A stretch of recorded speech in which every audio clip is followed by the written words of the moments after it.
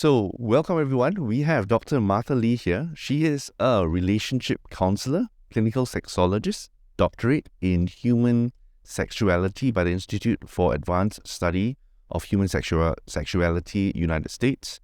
Conducts relationship and sexuality counseling and coaching for more than 14 years.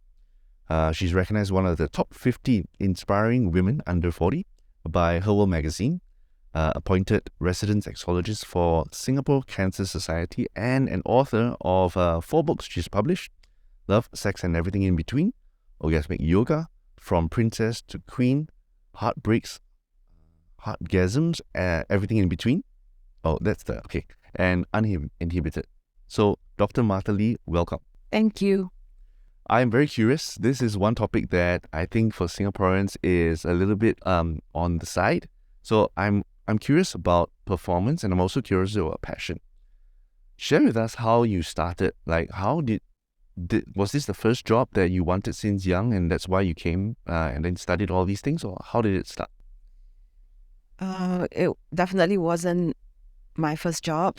I had been told that I was good in English and communication, so I studied mass communications, and then I started doing PR, marketing, advertising. So like went into corp comms. At one point, I was a secretary at one point, and I just got tired of working and helping companies, corporates. I thought something more meaningful would be to help individuals. So at the crossroads of my life after my first divorce, I really dug in deep to ask myself what kind of a legacy I want to leave. And I realized that I wanted to impact people's lives. And as a woman, one of the things that we value much more than a career is our personal life.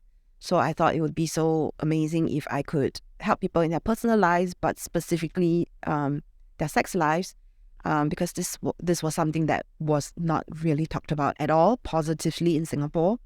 You often just hear about it. Rising STIAs, teenage pregnancy, unwanted abortions and whatnot.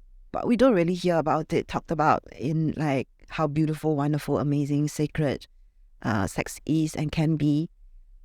So I had that fascination with sex for a very long time. And then eventually I went and got my doctorate, came back, started my practice in 2009. So it's going to be 15 years soon. So help us understand a little bit. You were good in mass comms, you did all these things. Personally, for me, I did 32 different jobs and businesses, right? So just wondering, and I call that the wilderness. Personally, for you, what wilderness did you go into when it comes to stumbling onto this whole thing? Because from CorpCom, yes, secretary and all that, to this interest in it, and actually taking a further study and all that, where was that shifting point?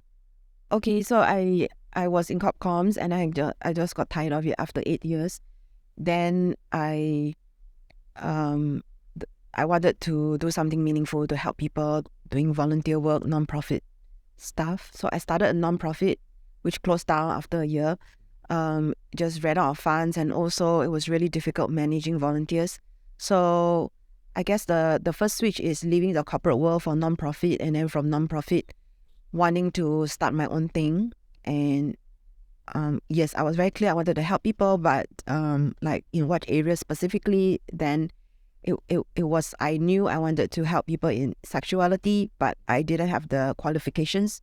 So I would say that would be like the second big switch in my life. Right. So usually if somebody goes into something, they've already tried it out here and there. I understand that you were a counselor last night. So while you're doing corp comms, then doing a non-profit, where did that counseling thing came about?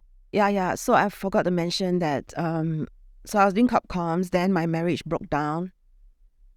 And I wasn't allowed to do volunteer work then. So I decided to do volunteer work. During that time, I didn't go for counseling, but I was told that I should.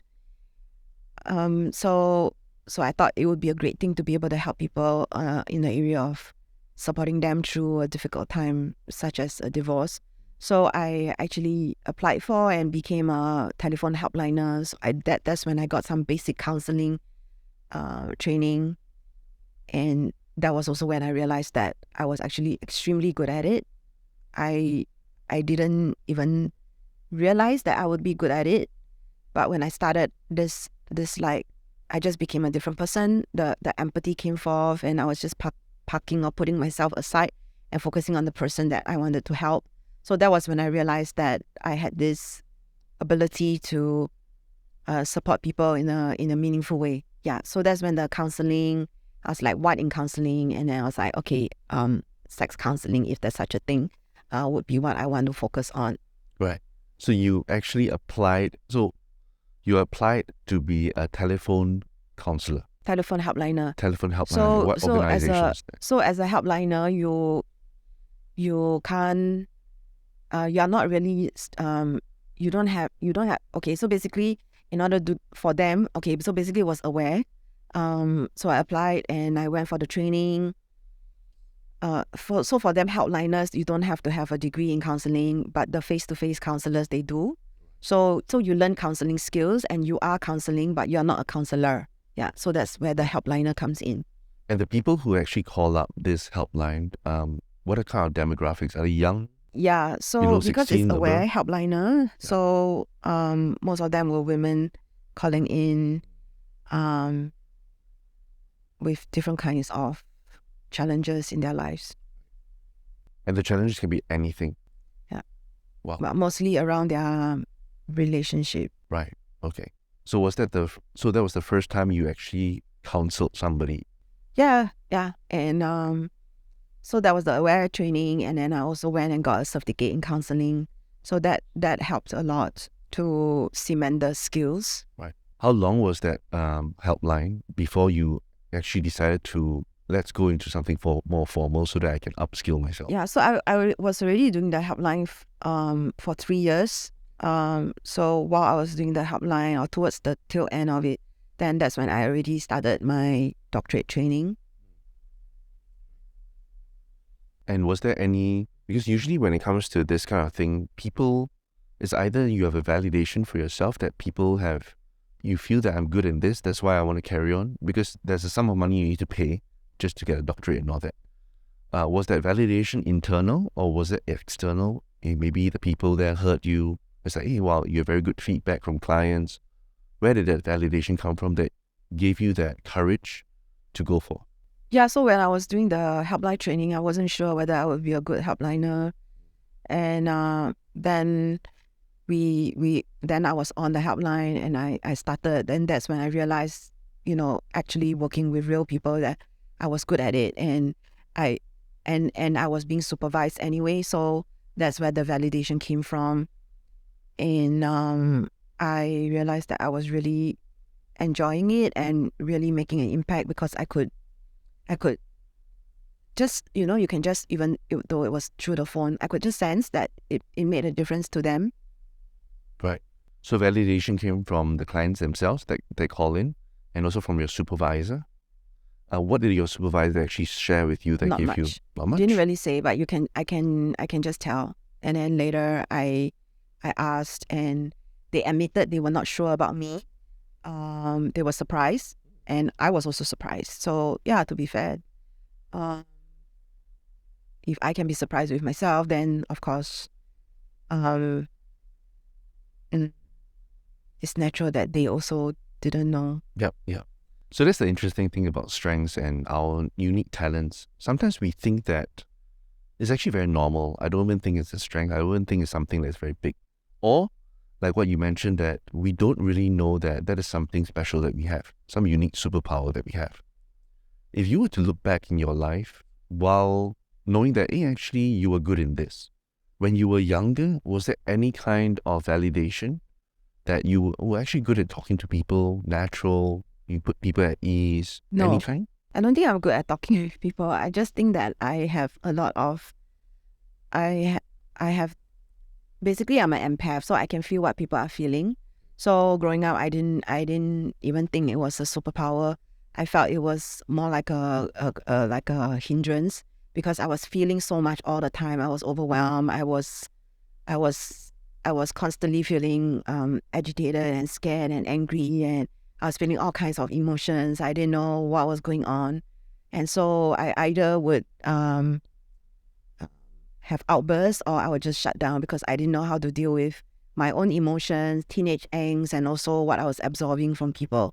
But when I started to be on the helpline helping people, that's when I realized that that was now being channeled to doing something good, to better understand them, get under their skin, be able to put myself in their shoes, and then from there be able to help them.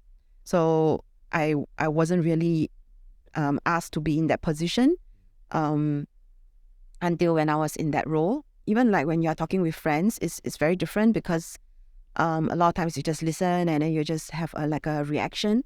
But now when I went into the helpliner role, then it was not really about what I think, but how I can be helpful to them. So instead of reacting, you're responding. And because it's like a stranger, so you are a bit removed from giving information or education or like giving them resources depending on what they need.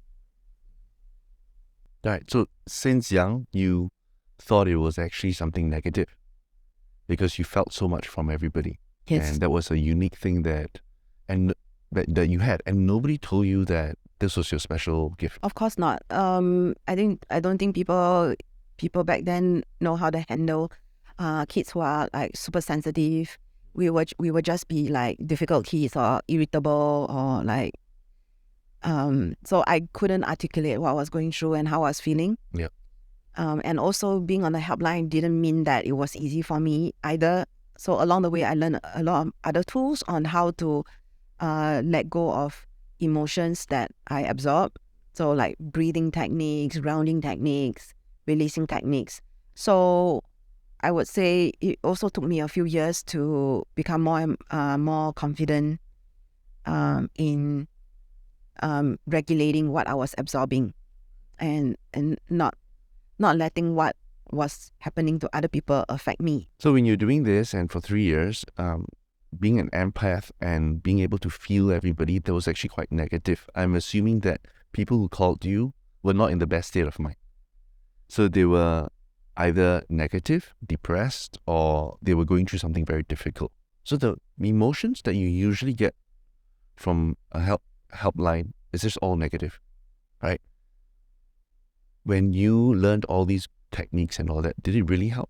Yes, they help. However, at first, because I was still learning, you learn as you're going through it. So I was noticing that for every helpline shift, I was actually bringing a lot of snacks so that I can eat between. And I think this is one way that counselors cope because they feel upset or like affected. So they also want to fill themselves up. So there are people who fill themselves up with food. So I noticed that I was doing that, and I was making a conscious effort to stop. But food helped you to break that emotional line to... Yeah, that was one way I coped in the beginning. Okay. Yeah. Do you feel all counselors actually go through this, that they need to manage this emotion? Yeah, I think we just manage in different ways. Walk in nature, or exercise, or food, or but there are many other techniques which I've learned over the years that I use regularly, I use daily, helps me. Okay. So share with me then, after 3 years, you go for your doctorate, and that was States. Yeah. Right. And then after that, you did a doctorate in human sexuality. Yes. You were a counselor, and was it that a lot of people kept asking you about that topic? That's why you were so interested in getting a doctorate for that? Because you could also get a doctorate just for being a counselor. No, I wanted to specialize in helping people around sexuality. So I was very clear that in order to do that, I needed to have the qualifications. And I didn't want anybody doubting my my expertise. So Right. so I went and got this doctorate. Okay. Was that during the 3 years that you were there? The helpline, no. I think I started maybe the last 6 months while I was doing the helpline. Right. So last 6 months, then you realized that if I want to specialize, because I know that I'm in the flow when I'm helping people. When I'm helping people over the phone, I feel that, okay, yeah, this is something I think I can do well. But when you wanted to major onto one thing, only the last 6 months, then you realize, hey, maybe I checked that out. Or what happened? Do you go and search online? Yeah, search You online. ask people? No, I pretty much decided. I knew what I wanted to do. I wanted to be a sex counselor. So it took a while for the paperwork, everything. So yeah, it just coincided that when my studies began, then it became too much. Then eventually, I stopped the helpline. Okay. So you knew around 6 months before? No. I was still doing the helpline. Then I started my studies. Then I stopped the Right. helpline. So the question is, how do you, where did that interest of sexuality come from? Was it during the helpline where all the people kept asking you questions on that? Or was it even before that when you were younger? No. People were not asking me about sex on the helpline. During that time when I was trying to decide, Okay. I'm really good at this. Yeah. And then I saw all these articles in the papers, the same articles that sparked Aware to do the sex ed program, which led to the Aware saga. I saw all these articles and I just had this, I couldn't sleep, and I just had this anger come forth about like why we don't talk about sex in meaningful ways. So that's when I decided I'm going to do something about it. And that's when I wondered whether there are courses where I can specialize in sexuality. And then I did a lot of research, and then I decided that that I'm going to do this doctorate. Yeah. Interesting. That's how it started. So the same saga. articles that caused the saga was the same articles that led to me wanting to be a sexologist. So interesting. It Yes. sounds that And it's actually because of the saga and because of the trauma from the saga and witnessing the saga that made me realize that sex is so politically charged in Singapore that I had to be very careful how I did things. I had to do things in a very professional way because of the climate of Singapore. What about the articles that you felt that, I think this is of all the things in counseling, this is the one? Because I was always already curious about sex, like I mentioned, and I was always already thinking it's a very important part of a relationship. So that belief plus the reality, which is like it's not talked about in positive ways, it's always talked about in negative ways, made me realize that there is a gap with what is available in Singapore about anybody talking about it in positive ways, and there was none back then. And back then, I think less than now, every time they talk about sex in magazines, it was always tips and tricks and techniques, snare the man and this and that. And it's like, it sounds also very cliche and frivolous, and there was nothing really meaningful about it. So that's why I say it's either sleazy or like just to sell papers, or it's frowned upon and there's nothing in between. So that was when I said, like, I got angry and I was like, something needs to be done. Somebody needs to do something. We need to have alternative messages around it. Yeah. So yeah, when I came back, started my practice, I was very fortunate to be featured in the media, and then I realized that there were certain things that the media wouldn't publish. There was people don't know this, but because I studied the media, so I know that there's some censorship going on. People don't know much about this kind of censorship. But anyway, so that's how I started to make my own YouTube videos, and now I have like 1,003 videos on YouTube. But it actually they didn't start off like perfect or anything. But I just thought, like, for anybody who can't afford to see me, at least they have some resources to support them. I also had clients who come in and they would be angry coming in. They would be very hostile. They would have a lot of difficulties opening up to me. But when I started to make these videos, a lot of them would watch these videos, get a sense of who I am and a style and what to expect during the sessions. So I did notice that the sessions were much, much easier. People were much more prepared to open up and actually have a productive session as opposed to starting off like really hostile. So I don't get all these hostile people coming in anymore because I know they did their research, they watched the videos, they looked me up, and if this is what it takes for people to be comfortable, so then that's good. So that's the reason why I always put myself out there on media, so that more people know that there are people like me who have these sort of services. We do study this, and we can support them so that they know that there are professionals like us that can support them. Sounds like it's linked back to you being an empath, where the videos help you to build that bridge of connection with you first before they even come. Yeah, I think it's really important because, and I can understand this, a lot of them feel that it's a very sensitive subject, it's a very personal subject. They wouldn't want to open up to a stranger. So how can I make people more comfortable with me if they don't know who I am, they don't know what I stand for? So yeah, these videos, if they help them, so then I do them. Okay. So there were actually two parts. You were already interested in sex and this whole topic, and the saga or all the papers and all that about the Ware saga and all that just basically was a tipping point for you to say that somebody needs to stand in that gap. No, I was really studying sex. I was really studying before the saga happened. But the fact that the saga happened made me realize how bad it can be. Right.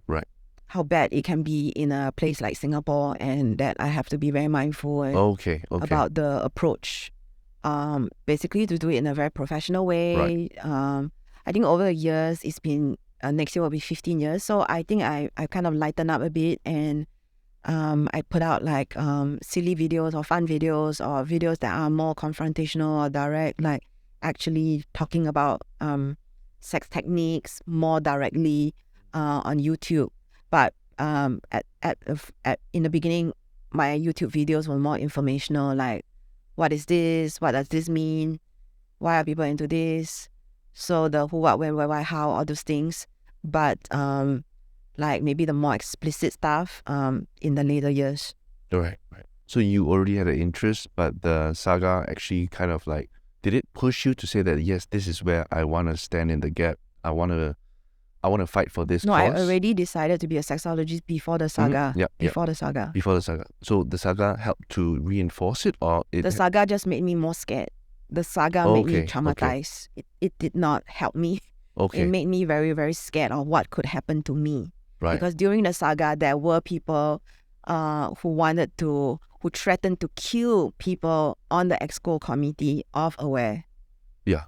There were people who were actually, whose lives were being threatened in Singapore. Right. So that was fear for you.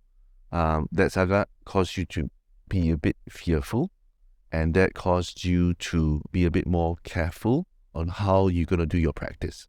Got it. Understand. Right. But before that, you were already studying. Okay. And before that, you were already interested.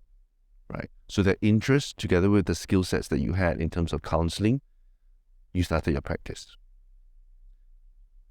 Share with us how you kind of got your first few clients and what happened.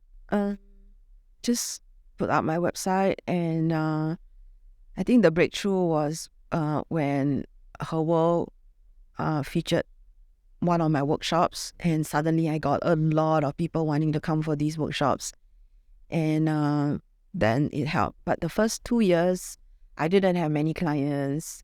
I was putting the word out there.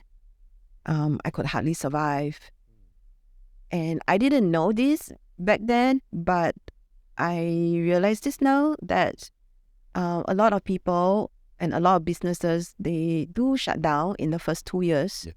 So the fact that I lasted more than 2 years, people started to take me more seriously. So, and it's the same for me. I don't take anybody who hasn't been around for more than 2 years seriously anymore as well. It's only human nature. Success follows success. If you're successful, people want to work with you, they come after you, they want to partner with you, they want a piece of you. But when you just start out, they don't know whether you're even going to be around next month or the next year. So yeah, the first 2 years was the hardest.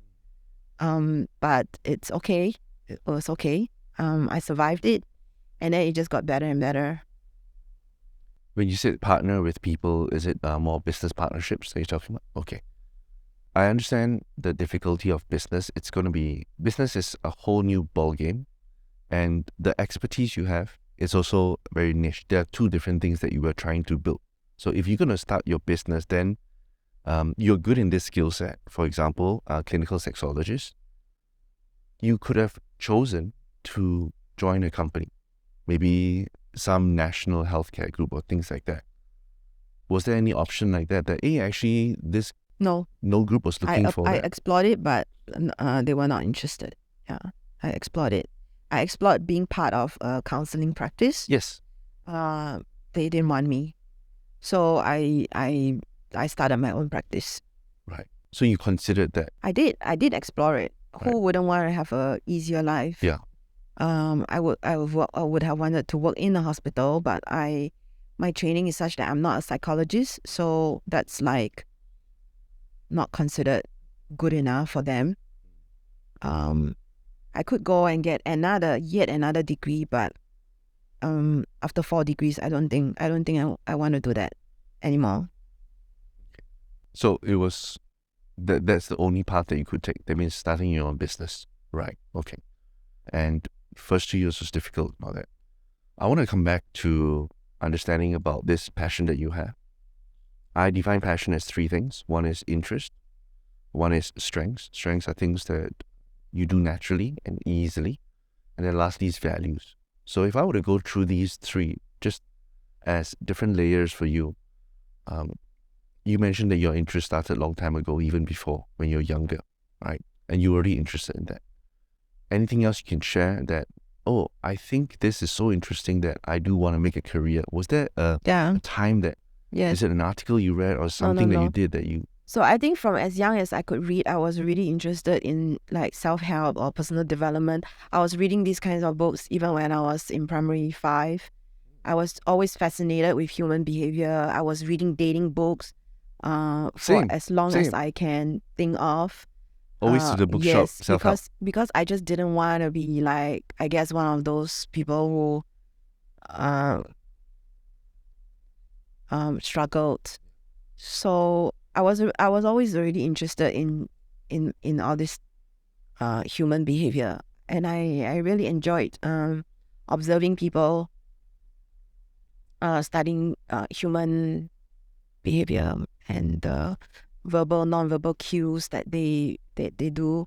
Yeah, just like reading people, observing people watching. Yeah, from a very, very young age, I think I was already interested in that, and yeah, that's my interest.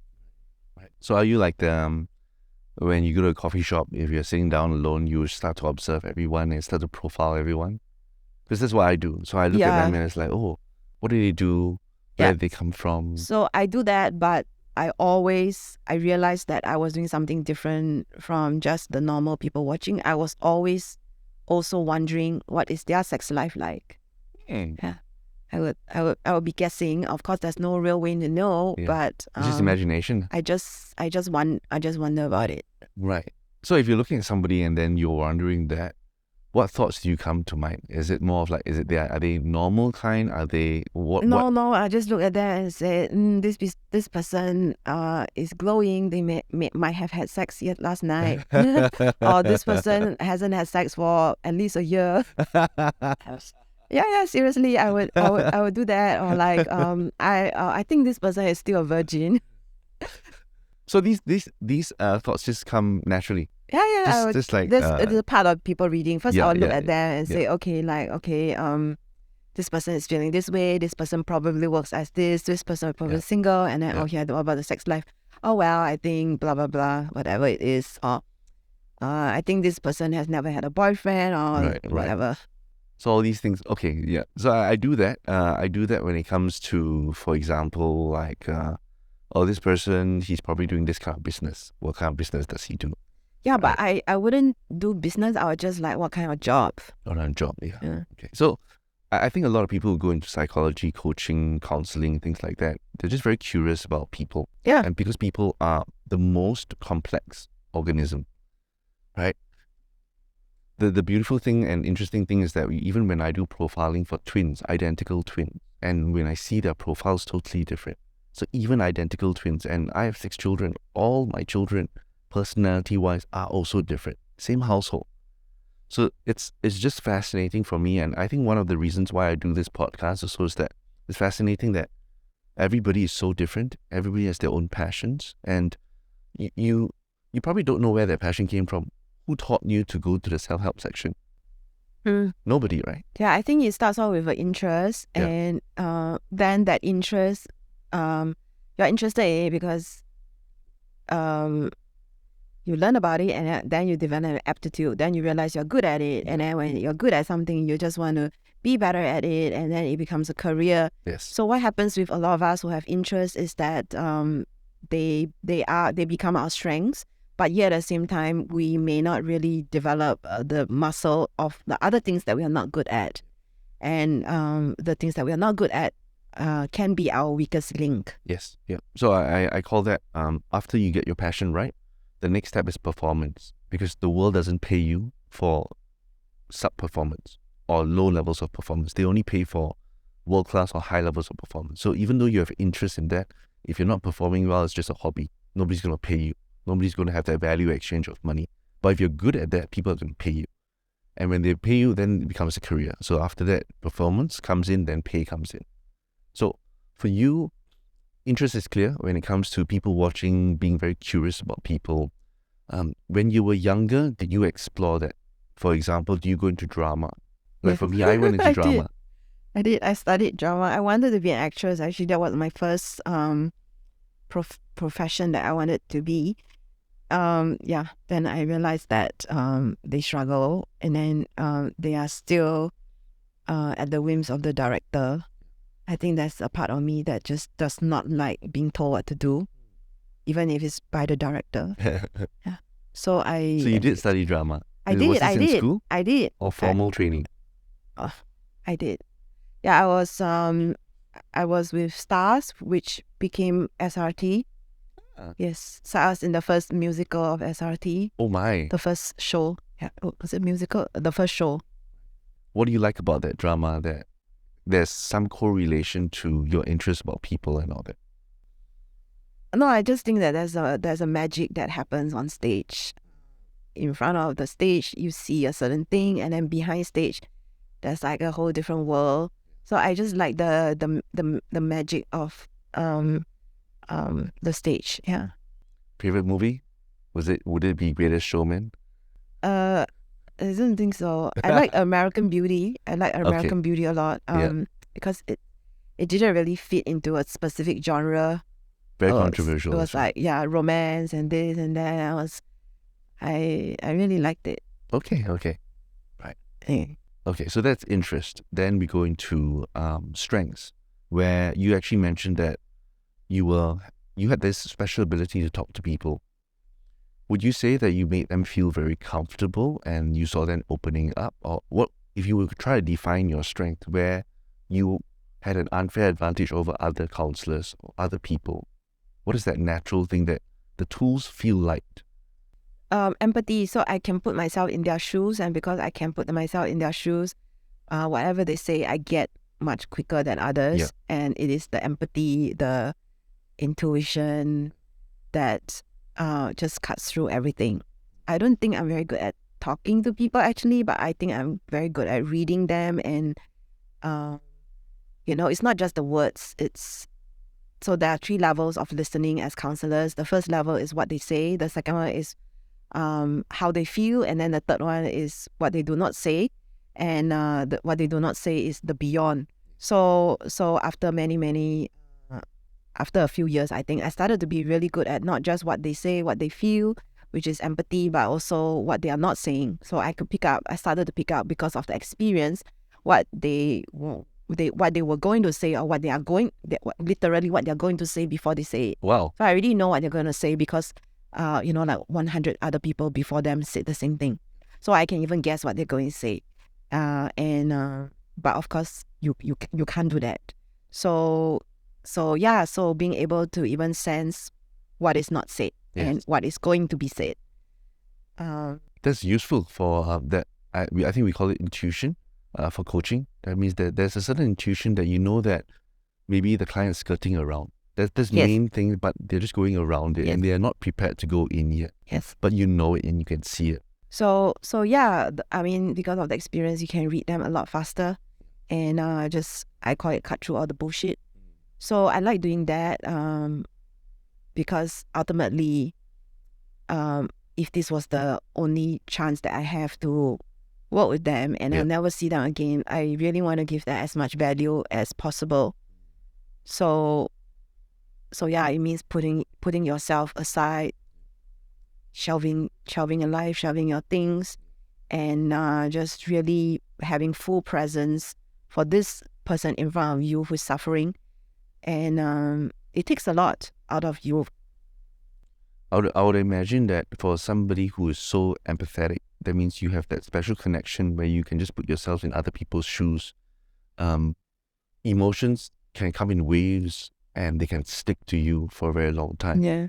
I'm a little bit of the opposite. That means emotions don't really stick to me. I kind of need to think through logically how a person feels.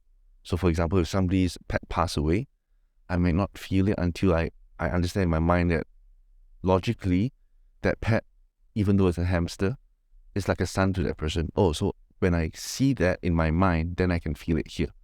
I think you are the opposite. It sounds like that you can already sense it when they say something, and I can't. They don't even need to say something. I just look at that, I can feel it. Yeah. So in profiling, there's one of the talents where you just look at somebody, you already know how they feel, and that's empathy. Yeah, I can tell a lot, and it's become sharper and sharper over the years. Yeah. Awesome. So that's strengths, and the last one is values. So for example, values is something that an ideal career, or I also call it calling. An ideal career is very much your calling, that you are placed on this earth for a certain reason. And it's everything, your passion, interests, your strengths, your values. So for me, my value is boldness. One of the values I have, that's why I want to do things that's new, different. There's a bit controversial, contrarian. I'm bold like that. And when I coach people and I'm doing things in my work, it's living out my value of boldness. It's like, do I dare to do it? You know, that's something for me.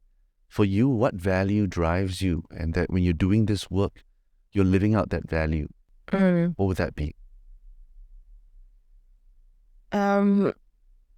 So I have done a lot of like inner work and like gone to like psychics and whatnot, but it became very clear that my purpose on earth is to help people. And of course, there are many things you can help people with. And supporting people in sexuality was a very conscious decision because of my interest, but also because I see, as I call it, the last frontier of being an adult. We get training for everything else except sex. And a lot of people, I guess you can argue whether it's true for everybody, but I think for a lot of people, the mark of moving away from puberty and really like becoming an adult is when they lose their virginity. You can argue whether it's true, but I have worked with so many people who say that they do feel different, even though they can be in their 30s and then they lose their virginity, but they actually feel that they can really call themselves an adult. And that was like a similar experience for me when I lost my virginity. Or you can say you release your virginity, whatever you want to call it. But anyway, I see as the last frontier of being an adult, and so this just happens to be the space that I stand in to support people. But actually, I'm much more than helping people around sex. People just say, "Oh, you're a sexologist. You call yourself a sexologist. You only help people with sex." I actually see this as I'm helping people, and what I help them with is much more than sex, and I can help them in areas more than sex. But sex is like the gateway, and there are many other things that I can help them with, which I do know of, like mindfulness, meditation, visualization, releasing, healing, anger management, stress. But all these people don't see. They just think that I only help people with sex, and that's fine with me. So my value is really just helping people. Right. And that value from young, would you say that it has changed or is always there? You always wanted to help people, but you found this profession that you can help people in this niche. I didn't really want to help people. I mean, for a big part of my life, I was afraid of people. I hated people. I was scared of people. I was bullied by people. But I think it is because you are bullied that you want to help people who are struggling. You want to make it easier for people who were in your shoes. So having been a victim and having been bullied, I do want to help people who and believe that even bullies also need help. Yeah. So I also came from I guess I just witnessed my parents were not very well off, but I did witness them helping people a lot in different ways, like community work, and so I guess just grew up being kind and wanting to help. Thanks for sharing about the bullying. The interesting thing about human beings is that when there's huge adversity, when you go down, and if you're able to overcome that difference that you experience, it's actually a gift to so many other people. Yeah, so I do see that a lot I've overcome this whole idea of career, right? I know that there's a wilderness. I spend so much time just trying to figure out myself.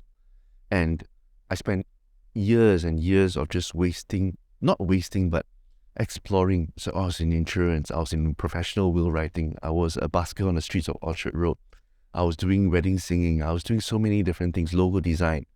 But that was, I would say, adversity for me, because it goes down. My life goes down because I haven't found it. I haven't overcome it yet.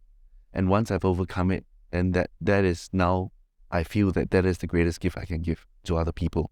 That if you are not sure about your career, then listen to where I came from. And same thing for you. You have overcome that bullying. You have overcome that people who are down and out, outcasts and things like that, and you want to be that champion. Right? Does it resonate for you?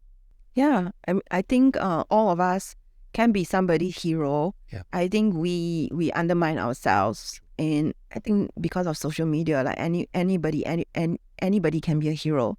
So I think we are so fascinated with people who put themselves out there because it shows courage, vulnerability, playfulness. And what we are looking for, I think, when we go on like TikTok, for instance, beyond being entertained, I think we want to see realness. And each and every one of us can be a positive influence to somebody else. Yeah. Everybody's story is it's a light for somebody else's life, right? And I do agree when it comes to TikTok and social media, is that the more authentic you are, the more no frills you are, the more you can connect with people. Yeah. I like your what you said, that sex is the last frontier of being an adult. And this is such a taboo topic in Singapore. And the only time I remember in Sec 2 is like, chapter 13 in Sec 2 is like, we're going to talk about sex in chapter 13 in Sec 2. So we all of us, like, all boys school, right? So it's like, remember chapter 13. And that was the only time that we can feel that we are able to like have that formal education. That was the first time. That was the only time, I think, formal education in Singapore, chapter 13, Sec 2. So all the playful boys will always be like, then the teacher will be very uncomfortable sometimes. And the teacher will be like, okay, guys, this is the ovaries, this is the penis and all that.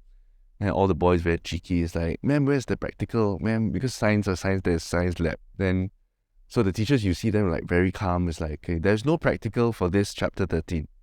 Right? They cannot laugh, right? So it's like, so for you, you are going all out. You are not only that, you are not only teaching but also helping people. And I understand that for you, for your company, you do counseling for sexology, clinical sexologists. You do counseling for that.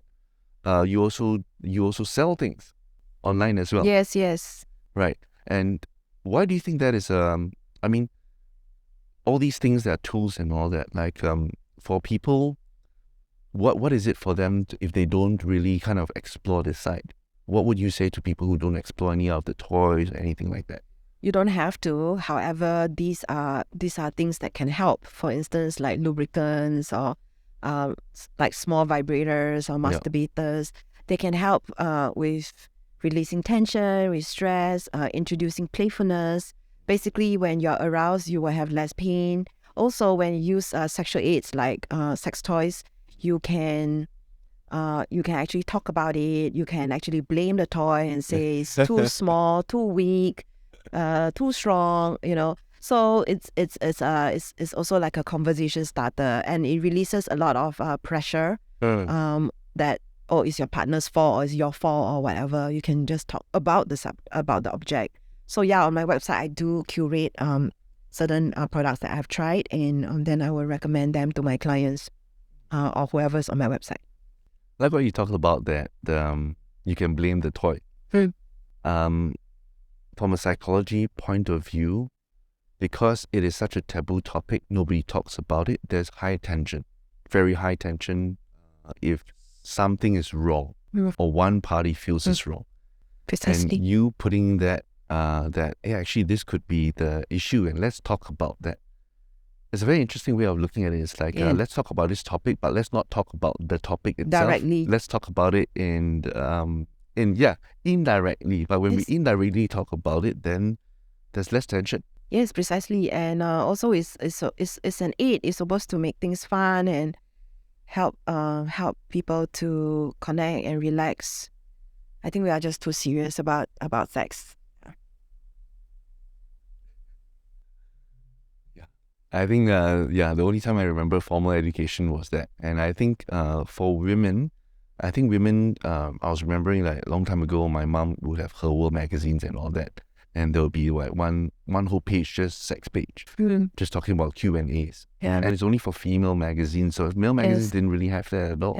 And male magazines, you need to actually ask around. Not many guys who actually talk about that as well. That's why they read the women's magazine. Yeah. But even there's a lot of censorship now. So they don't really even have it in the magazines anymore. I mean, with the online media, there's so many places and that you can go to get sex education. So the publishing industry is really suffering. Yeah. So when you talk about this and when you talk about toys, you also do workshops? Yes, I also run my own workshops. So I have penis massage, vulva massage, blowjob workshop. So we do it on sexual aids, like the blowjob workshop, like on carrot. Right. So there's no nudity or touch in my work. It's just educational. Yeah, because I think techniques is a small part of sex, but still techniques allow people to kind of have a better idea what to do, and then they have the skills, they become more confident. So it's really important to teach people techniques as well, in my opinion. And they tend to be very, very popular workshops. I have been doing so many over the years. So I think the good thing about COVID is a lot of it moved to virtual. So now I have recordings of these that I don't have to keep running the workshop again. This is the same topic, right? Yeah, I feel sometimes like I'm a bit of like a tape recorder. Yeah. You don't want to come across as like a bit cynical. You don't want to do that, but at the same time, they laugh at the same jokes, they ask the same questions, they don't understand you have done this like 500 times, 1,000 times, and you're so over it. So I always try to like just do things in a different way or do different kinds of workshops. That's very honest of you. For me, conducting workshops for MNCs and all that, I do see sometimes it's like, hey, actually it's the same thing. It's almost like a performance if you think about it. It's a performance. Right? You have the same script, you go there and the same punchlines and all that, and it's a performance. Yeah. The So funny your thing is that, busking came in, you see? yeah, busking. I also did drama in different areas. Yeah, see? So when it comes to this, like if I were to ask you, like of all the different workshops, what's the most popular workshop? People was like, yeah, Oh, okay. So the penis and the vulva massage workshop, I is based on training that I've had. So it's like based on somebody else's work. yeah, But the blowjob workshop is very much me and my personality, and like I throw in a few stories. So yeah, I really enjoyed that because it's my personality comes yeah. through more. Yeah. Okay. Just really curious, when they go to a workshop and it's physical, that means they come down to somewhere and then they see, In person, right? yeah. How do, I don't know, because this topic is still so taboo. Yes. How do they feel looking at another person and it's like suddenly, hey, this is my colleague, or hey, I know this person No. or I not? get that all the time. I have people saying, "Can you show me the attendance list?" Yeah. But yeah, now, make sure that my uncle is not there. yes, and or my my this or auntie that, is not there. yes. So I don't care. If they don't want to come, then don't come. Right. Now we have the virtual recording, so it's fine. Okay, so safer place if they want to explore. It's fine. Or they can just pay for a private workshop. Right. That's fine too. Okay, interesting. But I do have a lot of people. They're very shy. They just Yeah. come in. They don't want to talk. They don't want to ask questions. Yeah. They don't want to do anything. They just want to sit and watch. But that's fine too. Like in every workshop, there will always be one or two persons who's more vocal and like sharing their personal stories. But I think it's very healing that everybody gets to hear from one another who's willing to share, and also to hear stories not from me. So that's the reason why I throw in some personal stuff, because it cannot be just all techniques only. You have to kind of humanize it a little bit. So I'm quite used to a very quiet, or even very quiet or non-responsive audience. You cannot force people to open up or relax. You just need to let it breathe a little bit and let them take their time. And I'm quite happy that because of that, usually they relax by themselves, and then they open up, they ask questions, and then they don't want to leave at the end. That's always nice that the student always is seeking more from the teacher. Always. Last thing, I love life hacks, right? So for me, it's always, even for self-help, I always look at life hacks and all that. If there's something about your role that you play as a clinical sexologist, or even counselor and all that, what is one hack that you can give to people that if they did that, then maybe their life would be a bit different? Yeah, I think because relationships and sex is very much relational. I think a lot of times we just think it's like, I need to do something for someone. But in reality, the best thing you can do is to really have a very, very good relationship with yourself. Like heal yourself, make peace with yourself, understand the things inside you that you could work on or improve, say communication skills. When it comes to your sexuality, there's a lot of shame. It comes to like masturbation or self-pleasure. But actually, it's a great way to learn about yourself first before you talk about communicating with others and expressing yourself with others. So I think a lot of us, my clients, they shut down their sexuality because they see it as something frivolous, useless.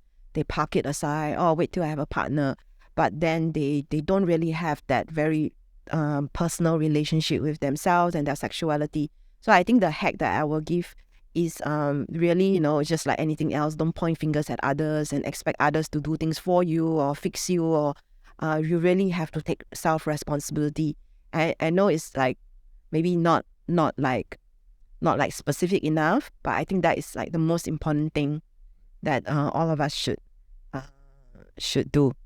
Yeah, I totally agree. In my line of work in coaching, the most difficult mountain to climb is self-awareness. Why do you feel a certain way? For me, when I coach leaders, sometimes it's about, why are you angry when that person did that? Your team member did this, or what is your why do you have this culture? Yeah. What about it? But for yours, it's a little bit more also the experience of, why am I shameful? Why do I not want to talk about it? Why am I uncomfortable? Yeah. So yes, with reflection comes awareness, and with awareness comes change or transformation. So really, a lot of us, we are just busy living our lives. We don't even take the time to think, why did I do that? Why did I feel that way? Or why is this happening all the time to me? Like just taking that time to really think about it and finding patterns in our behavior allows us to realize, okay, there are some deeper rooted trauma that I need to address, I need to heal. So I think it's very, very important for all of us. Totally agree. Thank you so much, Dr. Martha, for your time today. Thank I learned you. so much, and this is one of the most interesting podcasts I've ever had. Oh, thank you. Thank you for your time.